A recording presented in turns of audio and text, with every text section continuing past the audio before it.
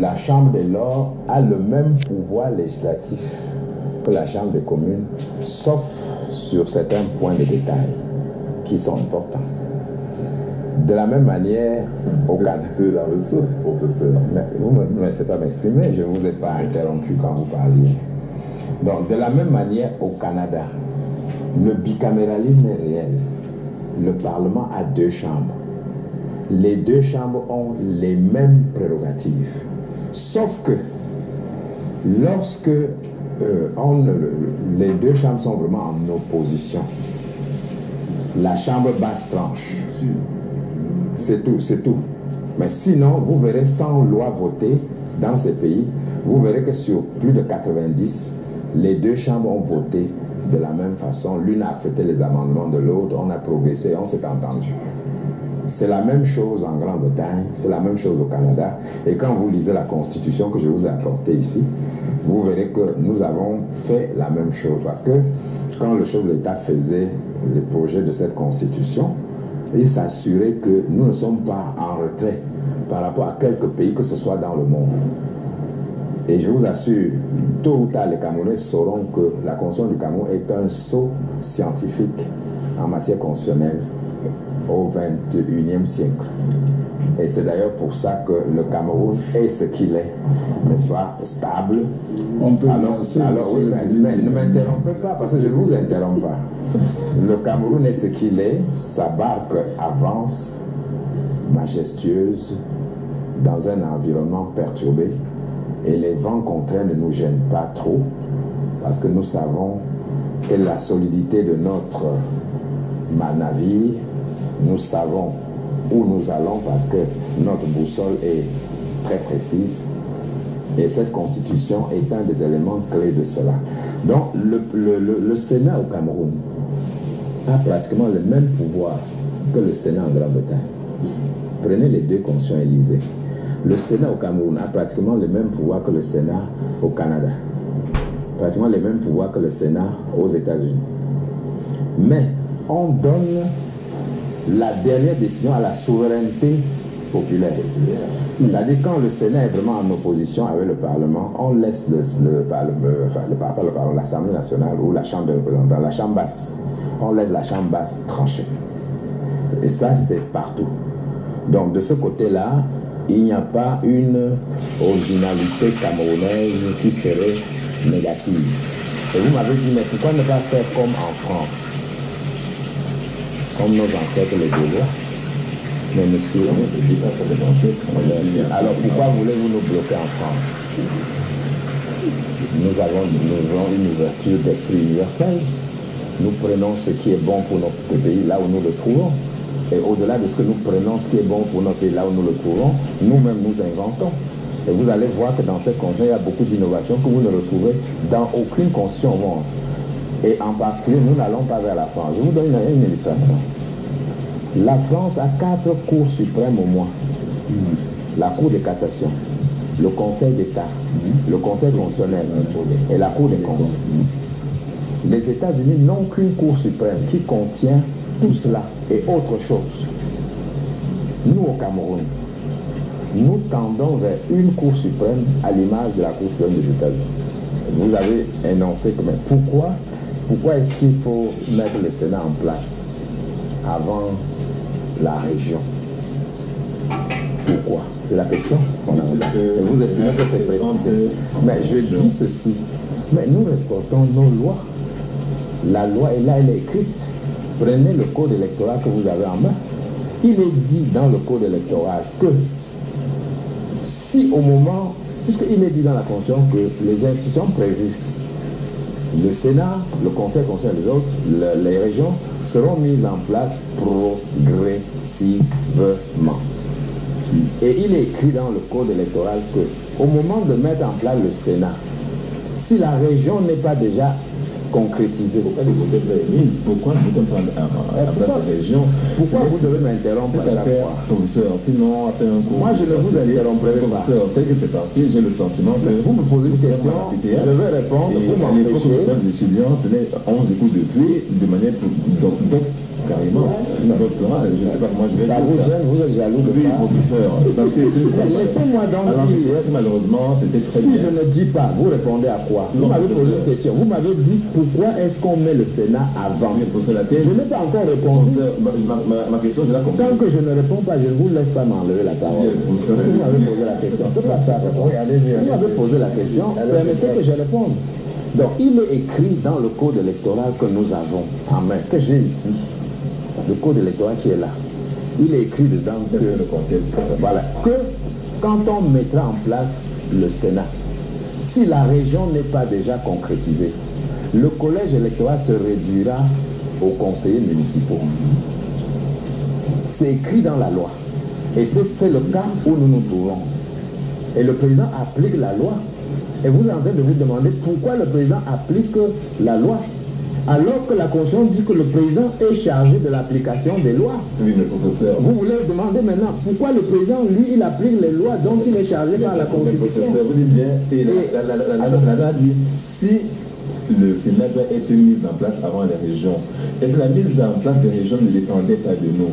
Parce qu'on a l'impression que c'est un force Je majeure. n'ai pas fini de C'est pas un force m'expliquer. majeure.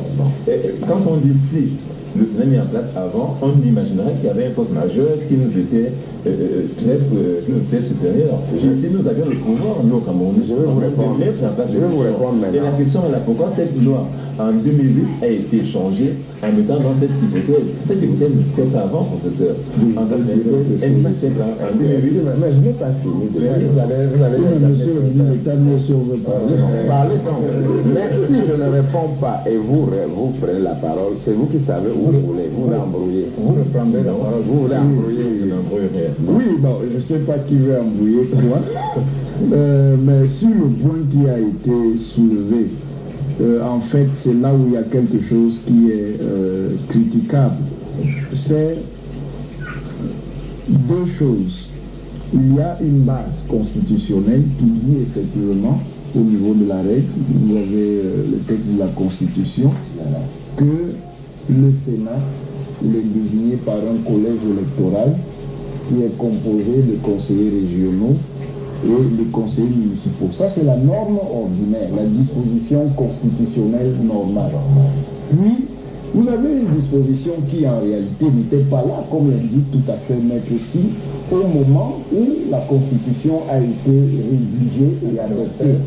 Or, il y a ce qu'on appelle l'esprit de la Constitution au départ, quand cette Constitution a été mise en place. Et il n'y avait pas la règle qui disait que si les régions ne sont pas encore mises en place, alors le collège électoral qui va désigner le Sénat sera réduit aux conseillers municipaux. Et en réalité, c'est ça qui fait problème. Parce que tout le temps, on recourt au droit matériel, au droit de la nécessité, qui devient très souvent un droit de l'opportunité, donc un droit instrumental, un droit manipulé, au lieu d'assurer la consolidation de la norme ordinaire. Et la consolidation de la norme ordinaire rentre effectivement dans la mise en application exigence de la Constitution. Je crois que c'est tout le débat qui se pose. La meilleure, comme on va évoquer le débat de la légitimité tout à l'heure, la meilleure démarche, c'était effectivement de mettre en place le Sénat, alors que les conseils régionaux sont déjà là. Comme ça, on se serait trouvé dans le schéma qui est le schéma normal de la Constitution. Le fait de recourir tout le temps aux droits transitoires, ça entraîne des manipulations. Et ces manipulations ne sont pas bonnes pour l'état de droit. Donc voilà ce qu'on pourrait dire sur ce point-là. Professeur, avant que vous ne preniez la parole, je vais ajouter une question soulevée par le docteur Onangini, à savoir ce que vous appeliez à l'époque la souveraineté présidentielle que le ministre Ona appelait le régime présidentialiste. Et c'est ça la spécificité du Cameroun, puisque vous dites que le Cameroun invente même. Et vous trouvez que cela correspond exactement à la séparation des pouvoirs? Vous répondez en même temps, c'est-à-dire vous apportez un éclairage, en même temps que vous continuez l'intervention telle que vous l'avez terminée tout à l'heure. Bien.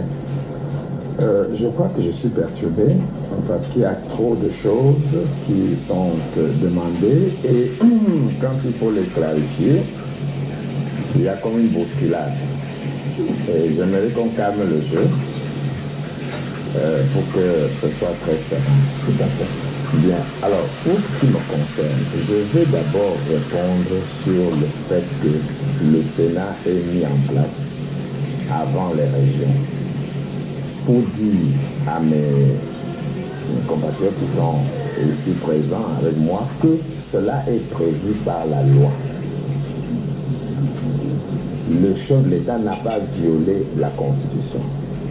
Il n'a pas violé le code électoral. Ce qu'il fait est prévu dans le code électoral. Et Mathias dit qu'il y a une manipulation de la loi parce qu'on a fait une autre loi. Mais si vous pouviez prendre les lois que fait le Parlement, souverain, élu par la nation, comme étant des manipulations, c'est votre droit. Non, il faudra maintenant. Parce qu'il y a un problème, il y a un conflit entre deux dispositions. Il y a une norme ordinaire qui est là, elle est là dans la Constitution. Et tout le temps, on ne peut pas utiliser le droit transitoire. Et c'est ça qui est la manipulation. Ça veut dire qu'on recourt toujours aux dispositions transitoires pour manipuler ce qui est dans le texte. Et monsieur le ministre d'État, vous savez comment on appelle cela en droit? C'est du droit rédhibitoire. Je veux donc vous dire que vous allez m'interrompre 1000 fois. Ça ne va pas changer la raison et la vérité juridique.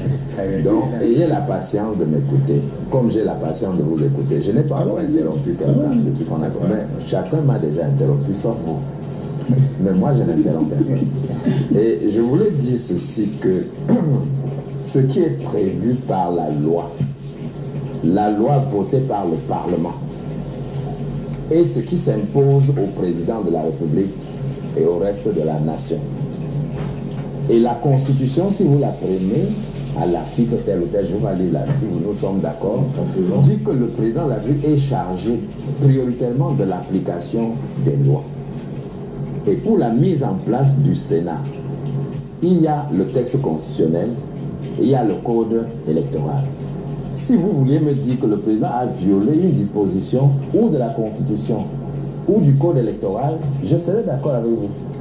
Mais si vous venez maintenant me dire que après qu'on ait adopté la Constitution, lorsque le Parlement a voté une loi d'application de la Constitution qui est prévue, parce que la Constitution dit que les modalités seront fixées par la loi, vous estimez que certaines modalités, vous allez trier entre les modalités et dire que certaines modalités sont des manipulations, d'autres sont non.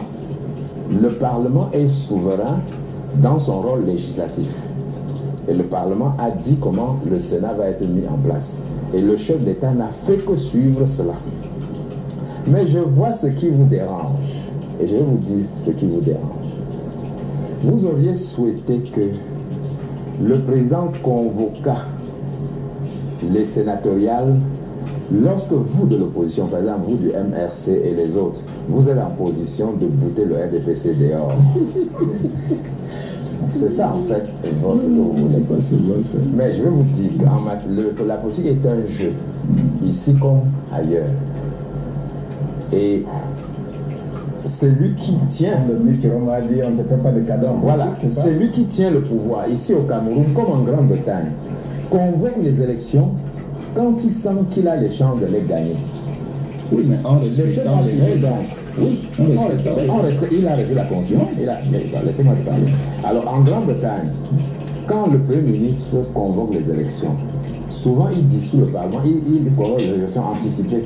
Parce que les sondages montrent que la cote de son parti est élevée. Il convoque les élections. Et ailleurs, c'est ça. Bon. Aussi au Cameroun, le président convoque les élections sénatoriales dans un contexte où le RDPC est majoritaire dans le collège électoral. Puisque le collège électoral est en place, les conseils municipaux sont en place. Il y a autour de 10 000 et quelques. Et nous avons au moins 8 à 9 000. On s'est parmi ceux-là. Notre victoire est garantie. N'est-ce pas? Et nous convoquons les élections. C'est ça la tactique. On vous a dribblé, on va vous mettre un but en or. N'est-ce pas? Et c'est ça la politique. Et c'est comme ça que ça se fait. Oui, mais si vous devenez en position hors jeu, le truc est beau, mais vous êtes hors jeu. Je veux vous dire dans ceci que moi, personnellement, j'estime que quand on joue en politique, il faut placer celui qui va mettre le but de manière que les autres le perdent de vue. Donc, à la limite du hors-jeu.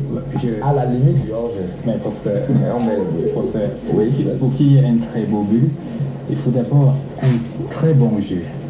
Mais nul n'est sans ignorer que c'est les conseils qui sont là. On a prorogé le mandat. Ça pose un point de légitimité, ça ne vous gêne pas pour ça. Voilà, il dit qu'on a prolongé les mandats des députés. Et puis on peut remettre en cause et des conseils municipaux. Est-ce que ça pose un problème de légitimité? Je vais vous répondre tout de suite. Il y a eu pression sur le gouvernement pour qu'on repousse les élections afin de mettre en place un fichier électoral convenable, consensuel et biométrique. C'est l'opposition qui a demandé cela. Et l'opposition a demandé cela à l'approche des échéances électorales. Tant et si bien qu'on ne pouvait faire la biométrie qu'en repoussant les élections. Et on ne pouvait repousser les élections qu'en prorogeant les mandats des uns et des autres. Ça veut dire que les députés sont en place. Ils sont les députés de la République. Ils ne sont pas illégitimes parce qu'on a prorogé leur mandat, puisque c'est une nécessité. Et c'est un consensus national qui a prorogé leur mandat. Les conseils municipaux sont en place. Il y a eu un consensus national pour proroger leur mandat. Ils ne sont pas illégitimes. Déjà, ils font des résolutions qui seront toujours appliquées et qui sont valables. Ils sont en place en tant que tels. Ce sont les conseils municipaux de la République. Ils peuvent donc voter les sénateurs. Et seuls les opposants minoritaires dans le pays s'y opposent, parce que l'ensemble des Camerounais ne s'y opposent pas. Non, c'est pas vrai. Ah, ça, faites des sondages d'opinion. Mais les professeurs, Oui, s'il vous plaît, le professeur vient dire une chose que j'ai aimée, au moins pour une fois. Oui. Il a dit qu'il y a eu consensus pour proroger les mandats. Qu'est-ce qui vous gêne qu'il y ait consensus pour la mise en place d'un calendrier électoral connu de tout le monde, professeur? Voyez-vous, pour qu'un but soit beau, effectivement, mais je viens de le dire, il faut qu'il y ait une très bonne défense, bien organisée, et un bon attaquant qui ait la défense dans les règles de l'art et qui ait marqué un beau but. Mais si un attaquant est hors jeu, c'est-à-dire qu'il a 10 mètres de ses adversaires et qu'il marque un but, même quand c'est avec une retournée, ce n'est pas un beau but, c'est un but qui est nul, même s'il est beau. Voilà le problème. Qu'est-ce qui empêche qu'il y ait un consensus sans fin sur cette question de calendrier électoral au Cameroun? Vous savez pourquoi? Et je dis que vous avez dit encore que le président de la République est en charge de l'application de la loi et dans la Constitution. Mais professeur, dites au président de la République de faire son travail. Donc, c'est-à-dire que la Constitution du Cameroun, depuis 17 ans, devait avoir un conseil constitutionnel mis en place, ce qui a été prévu, ce n'est pas fait. On devait faire des choses très simples, comme déclarer les biens, et cela dépend du chef de l'État qui donne le programme, ce n'est toujours pas fait. On devait mettre en place une haute cour de justice, professeur, ce n'est toujours pas fait. Nous demandons, on doit mettre en place des régions, des conseils régionaux, ce n'est pas fait. Depuis 17 ans, le président fait quoi pour appliquer la loi? Et vous êtes là, professeur, dites-lui d'appliquer la loi. C'est ce qu'on attend précisément de lui. Au lieu de quoi, on a plutôt, en fin d'année 2012, le président, profitant donc du consensus général qui a prolongé le mandat des députés et des conseils municipaux, il prend une décision que le consensus ne donnait pas. On n'a pas fait le consensus pour l'autoriser à payer les sénatoriales en 2013. Il aurait pu dire que c'est en 2014 qu'il n'y avait pas eu de problème, et il n'y avait aucune urgence, il n'y avait pas péril en la demeure. C'est ce que nous disons. Et au moment où on s'inscrit sur les listes électorales, la conséquence de cette occupation, c'est quoi? Les Camerounais sont totalement découragés, ils ne s'inscrivent plus. Professeur, moi j'ai été dans l'Ouest, j'ai été dans la Baham chez vous, et il y avait l'engouement des Camerounais à s'inscrire. Le jour où le président de la République a convoqué le corps électoral, et bien, il s'est passé simplement que les Camerounais sont partis de s'inscrire en se disant ça ne sert à rien, on les a découragés. Je dis qu'on devait continuer à inscrire les Camerounais en fin d'élection législative et municipale, et qu'on sache dans les forces en présence en 2013.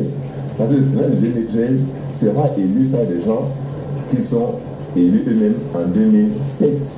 Et entre 2007 et 2013, je pense qu'on a eu tout le temps pour faire vraiment ce Sénat-là et même d'autres choses. Donc, vous voyez-vous, on est très gêné. Parce que ce qui a été fait, à mon sens, et le mot n'est pas fort, c'est un